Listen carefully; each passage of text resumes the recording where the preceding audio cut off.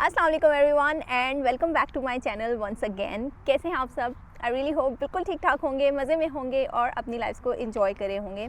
आज काफ़ी दिनों बाद जो है वो एक इन्फॉर्मेटिव वीडियो मैं बना रही हूँ क्योंकि आपने बहुत ज़्यादा रिक्वेस्ट की थी जब से मैंने ये अनाउंस किया था कि मेरी जॉब हो गई है।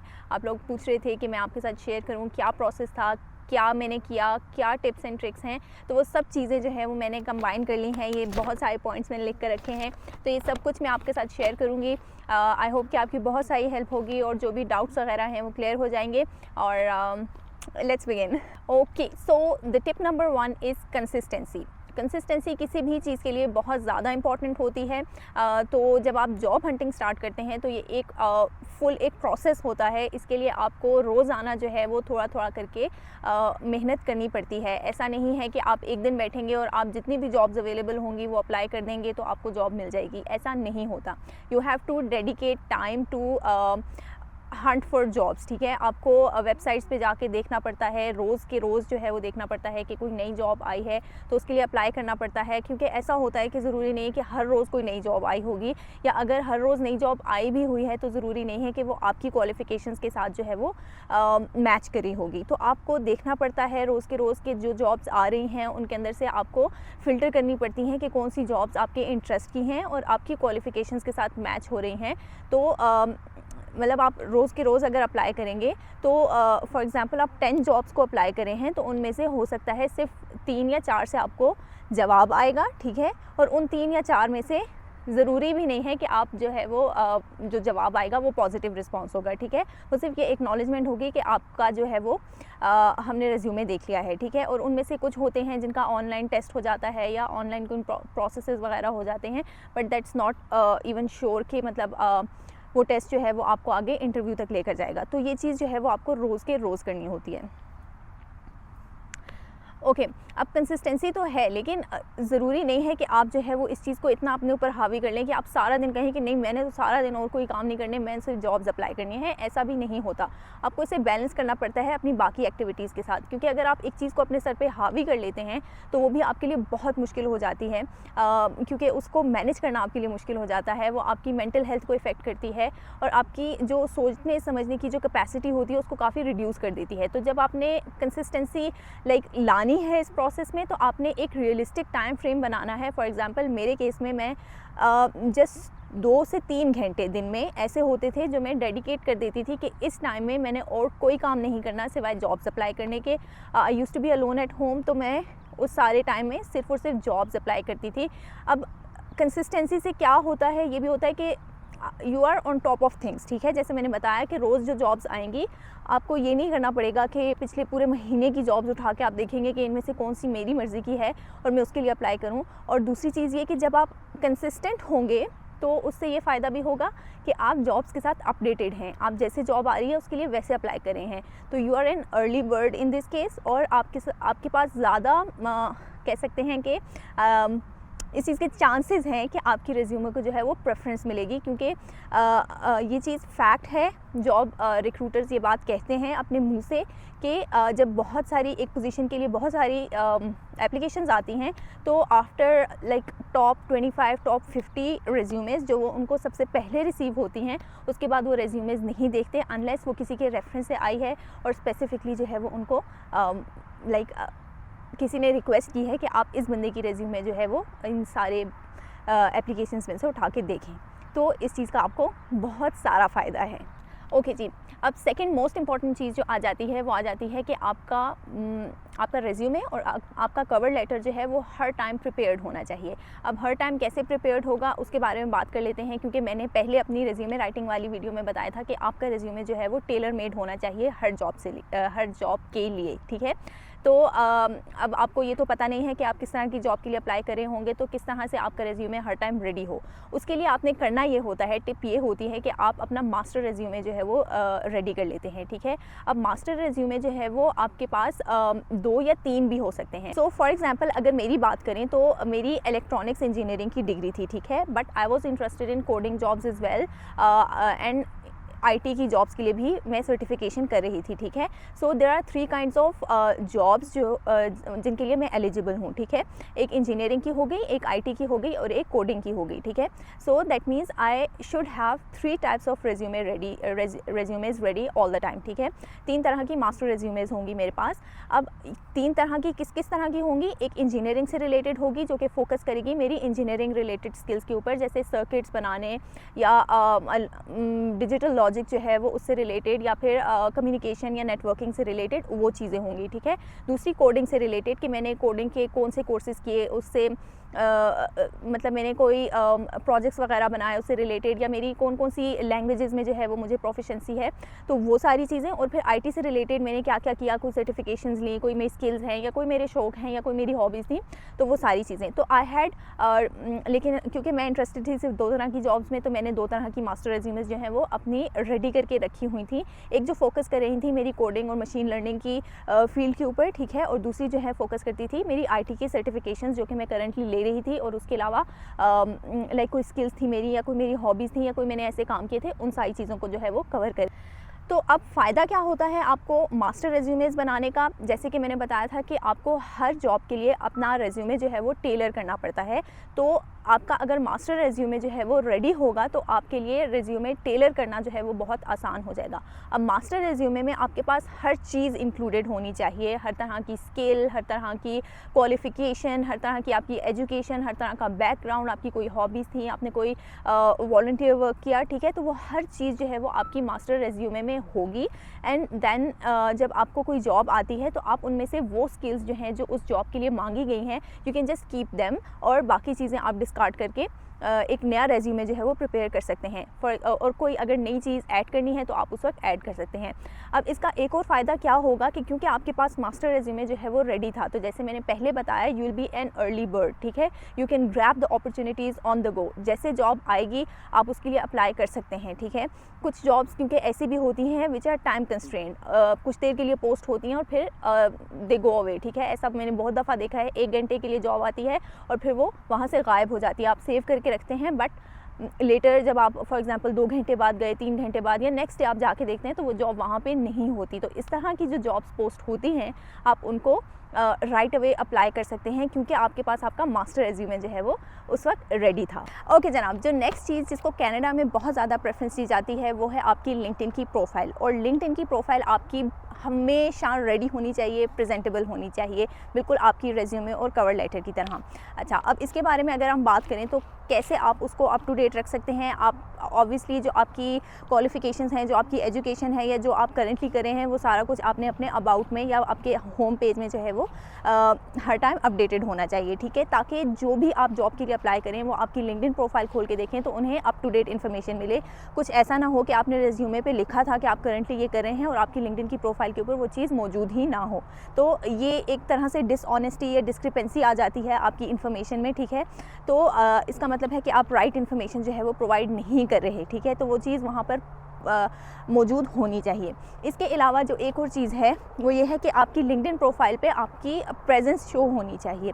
अब प्रेजेंस आप कैसे शो कर सकते हैं? अगर आप लिंक्डइन की प्रोफाइल खोल के देखेंगे तो वहाँ पे आपकी रीसेंट एक्टिविटी जो है वो हर टाइम मॉनिटर हो रही होती है। इवन अगर आपने कोई पोस्ट लाइक की है, ठीक है, तो उस चीज़ की भी जो लॉग है वो एक्टिविटी में आ जाता है, ठीक है। तो आपने अपनी प्रेजेंस जो है वो लिंक्डइन पे इस तरह से शो करनी है कि आपने अपने जो सर्कल के लोग हैं उनके साथ इंटरैक्ट करना है, ठीक है। ज़रूरी नहीं है कि आप लाइक बहुत बड़े बड़े कमेंट्स या बहुत बड़ी बड़ी चीज़ें या बहुत बड़े बड़े इंटरैक्शंस करें, छोटे छोटे इंटरैक्शंस करें। फॉर एग्जांपल किसी को जॉब मिली है तो उसके नीचे कॉन्ग्रेचुलेट किया हो आपने, किसी की बर्थडे है तो आपने उसे विश किया हो, तो वो चीज़ें लाइक उस तरह की कोई पोस्ट्स होती हैं तो उसके नीचे आप अपने छोटे छोटे कमेंट्स, और ज़रूरी नहीं है कि हर पोस्ट पे आपके कमेंट्स हों, जस्ट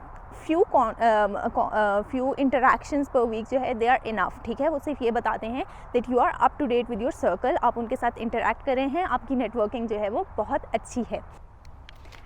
ओके, अब फाइनली बात कर लेते हैं टेलरिंग योर रेज्यूमे। ठीक है, मैं बार बार इस चीज़ का जिक्र कर रही हूँ कि आपका रेज्यूमे जो है वो टेलर मेड होना चाहिए आपकी जॉब से रिलेटेड। ठीक है, तो अब आप सोच रहे होंगे कि किस तरह से टेलर कर सकते हैं आप अपने रेज्यूमे को। जब आप जॉब हंटिंग करते हैं अपनी स्टार्ट, तो आप ये चीज़ आपको बहुत ज़्यादा ओवरवेलम करेगी, मुझे भी बहुत ज़्यादा ओवरवेलम करती थी कि हर जॉब पोस्टिंग के लिए आप किस तरह से जो है वो एक नया रेज्यूमे बना सकते हैं। ठीक है, लेकिन जब आप 2, 4, 5 जॉब्स के लिए अप्लाई कर चुकेंगे तो you will get this confidence के most of the job post जो हैं वो सिमिलर होती हैं, क्योंकि आप सेम पोजीशन के लिए अप्लाई कर रहे हैं।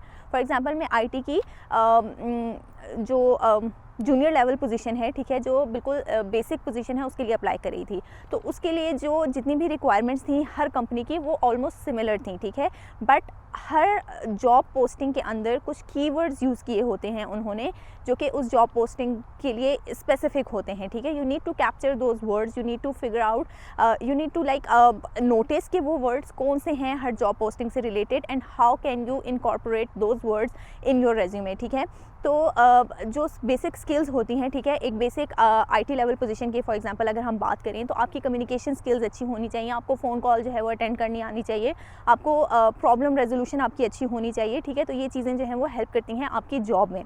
तो अब हर जॉब पोस्टिंग में ये 3 चीज़ें जो हैं वो ज़रूर लिखी हुई होंगी, बट उसमें just it's a game of words. ठीक है, किसी ना किसी तरह से घुमा फिरा के सेम चीज़ जो है वो हर जॉब पोस्टिंग में लिखी हुई होगी। अब आपको लगेगा वर्ड्स देख के कि ये बहुत कोई फैंसी स्किल है, बट बॉटम लाइन क्या होगी, वही 3 चीज़ें। ठीक है, तो आपने उस चीज़ को देखना है कि आप किस तरह से उसको अपनी रेज्यूमे में इनकॉर्पोरेट करेंगे।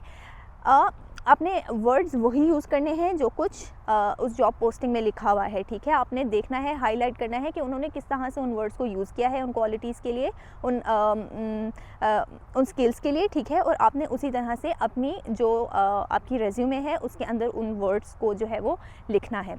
अब आपको शुरू में ये काम थोड़ा मुश्किल लगेगा। ठीक है, जब आप पहली 2-3 जॉब्स के लिए अप्लाई करे होंगे तो आपको टाइम भी लगेगा। फॉर एग्जांपल आधा घंटा लग जाएगा, 45 मिनट्स लग जाएंगे, and that is very natural. और हो सकता है कि इनिशियली आप अप्लाई करना चाह रहे हो, फॉर एग्जांपल आपका टारगेट है कि मैं आज 10 जॉब्स अप्लाई करूं, तो आप नहीं कर पाएंगे उन 2-3 घंटों में जो आपने डेडिकेट किए हुए हैं, एंड दैट्स टोटली नॉर्मल। लेकिन जो जैसे जैसे वक्त गुजरेगा, आप जॉब्स के लिए अप्लाई करेंगे, तो आप नोटिस करेंगे that your resume writing skills are getting better. आपकी टेलरिंग जो है वो बेटर होती जा रही है, और आपको उसी हिसाब से टाइम भी बहुत कम लगेगा, और फिर आप you will be able to apply for more jobs.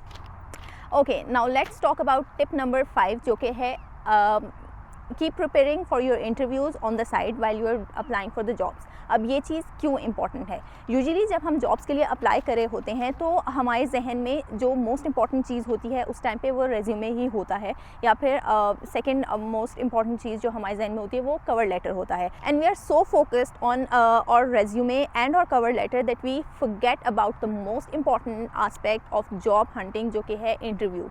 Resume आपकी इम्पॉर्टेंट होती है, बट इट इज़ जस्ट इतनी सी इम्पॉर्टेंट कि it will get you to an interview. ठीक है, आपको जॉब क्या चीज़ दिलाएगी, दैट इज़ योर इंटरव्यू, क्योंकि वो जो है वो आपकी एक पर्सनालिटी के साथ, आपके साथ एक इंटरेक्शन होता है कंपनी का, तो वो चीज़ बहुत ज़्यादा इम्पॉर्टेंट होती है, और उस चीज़ में आपको जो है मौका मिलता है अपने आप को पूरी तरह से एक्सप्रेस करने का। जो कुछ आप रेज्यूमे में नहीं कह पाते वो सब कुछ आप इंटरव्यू में कह पाते हैं, एक्सप्रेस कर पाते हैं, शो कर पाते हैं। ठीक है, and that is your chance to like shine or and show the world के आप क्या चीज़ हैं और क्यों आपको जो है ये जॉब ऑफ़र की जाए। Now considering how important that is, आपको उसके लिए प्रिपरेशन भी जो है वो उसी के अकॉर्डिंग करनी होती है, क्योंकि यूजुअली ये होता है कि रेज्यूमे तो आप अपनी मर्ज़ी से जो है वो अपलोड कर रहे हैं, जॉब आपने अपनी मर्ज़ी से अप्लाई करनी है, आपकी टाइमिंग्स के मुताबिक है सब कुछ, but interview opportunities in my experience they come unexpectedly. ठीक है,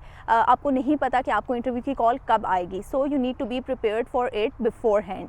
अब उसके लिए आप प्रिपरेशन किस तरह से कर सकते हैं? कनाडा की सबसे अच्छी बात यह है कि यहाँ पर इंटरव्यूज़ जो हैं स्पेसिफिकली आप ये कह सकते हैं कि एक्सपेक्टेड होते हैं, क्योंकि यहाँ पर ज़्यादा फोकस होता है आपकी सॉफ्ट स्किल्स के ऊपर, आपकी बिहेवियरल स्किल्स के ऊपर, और आपकी सिचुएशनल स्किल्स के ऊपर, ठीक है, कि आप सिचुएशंस में किस तरह से रिएक्ट करते हैं, आपका बिहेवियर, ओवरऑल पर्सनालिटी कैसी है और क्या सॉफ्ट स्किल्स जो है वो आपके पास हैं। अनलेस आप बहुत ज़्यादा टेक्निकल जॉब के लिए अप्लाई कर रहे हैं, फॉर एग्जांपल कोडिंग की जॉब्स के लिए, जिसमें आपका एक कोडिंग टेस्ट हो जाता है या फिर आपसे आपकी प्रोफाइल मांगी जाती है जिसमें आपको प्रेजेंट करना पड़ता है, फॉर एग्जांपल अपना गिटहब की प्रोफाइल वगैरह, तो उसके लिए आपको थोड़ा सा एक एक्स्ट्रा काम करना पड़ता है। बट इसके अलावा मोस्ट जॉब्स के लिए आपको इंटरव्यू में सॉफ्ट स्किल्स या आपकी सिचुएशनल क्वेश्चंस ही पूछे जाते हैं। अब ये क्वेश्चंस जो हैं बहुत इजीली इंटरनेट पे अवेलेबल हैं और you can easily find them by googling के कॉमन इंटरव्यू क्वेश्चंस जो हैं वो क्या हैं, and then you can write your own answers to those questions, ठीक है, और आप उनको प्रिपेयर कर सकते हैं। Make sure that they are in STAR format, ठीक है। स्टार फॉर्मेट आप गूगल कर सकते हैं। It's a result driven format, ठीक है, जिसमें आप रिजल्ट्स पे फोकस करते हैं कि आपकी किसी भी स्किल से रिजल्ट्स क्या निकले, ठीक है, किस तरह उसने हेल्प किया। तो वो चीज़ जब आप करेंगे and then you keep revisiting your answers, क्योंकि जैसे जैसे आप अपनी रिज्यूमे पे काम करेंगे आपको एहसास होगा कि जो आंसर्स आपने इंटरव्यू क्वेश्चंस के लिखे थे वो सब के सब भी आहिस्ता आहिस्ता आप उनमें कमी फील करेंगे and then you can improve them by revisiting them often, ठीक है। इसके अलावा आप उनको बोलने की प्रैक्टिस करें, क्योंकि इंटरव्यू में बहुत ज़्यादा जो एक चीज़ होती है वो आपका स्पीकिंग स्किल्स होती हैं या आपकी कॉन्वर्सेशनल स्किल्स होती हैं, ठीक है। अगर आपके पास आंसर्स हैं, आपको पता है, लिखे हुए हैं, लेकिन अगर आपने उन्हें बोलने की प्रैक्टिस नहीं की तो आप इंटरव्यू में आपके पास कॉन्फिडेंस नहीं होगा इस चीज़ का कि आप उसको कन्वे कर पाएँ, ठीक है। तो वो कॉन्फिडेंस जो है वो कब आएगा, जब आपको पता है कि आपने बोलना क्या है, ठीक है। बहुत सारे ऐसे क्वेश्चंस होते हैं जिनमें आपको नहीं पता होता, but since you know the answers to most of the questions, तो you can handle the ones जो कि अनएक्सपेक्टेड आते हैं। एंड प्रैक्टिस ये नहीं होनी चाहिए कि आपको क्वेश्चंस रट जाने चाहिए और आप रोबोटिकली उनको वहाँ पर कन्वे कर सकें, बल्कि प्रैक्टिस ये होनी चाहिए कि आपको किस तरह से किसी क्वेश्चन को टैकल करना है। मोस्टली साइकोलॉजिकल क्वेश्चंस होते हैं, आप अपनी फील्ड से रिलेटेड सिचुएशनल क्वेश्चंस भी जो हैं वो गूगल कर सकते हैं और आपको मिल जाएंगे। ट्रस्ट मी, बहुत सारे क्वेश्चंस आपको ऑनलाइन मिल जाएंगे and you can think of answers to those questions, ठीक है, कि आपको किस तरह से उन्हें आंसर करना है। Once you are mentally prepared तो बाकी जो है वो सारी गेम वर्ड्स की ही है, आपकी कॉन्वर्सेशनल स्किल्स हैं और आपकी प्रेजेंटेशन स्किल्स हैं।